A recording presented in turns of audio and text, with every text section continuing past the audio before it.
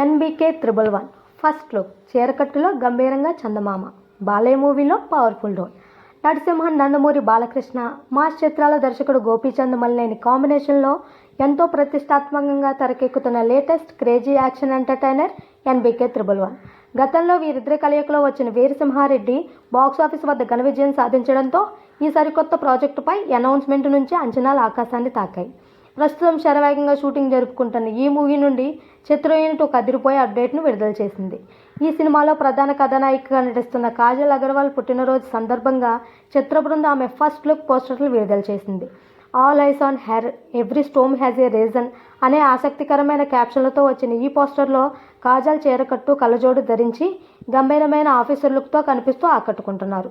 ఈ సినిమా గురించిన వార్తలు చాలా రోజులుగా సోషల్ మీడియాలో హల్చల్ చేసినప్పటికీ చిత్ర బృందం ఎలాంటి అధికార ప్రకటన ఇవ్వలేదు.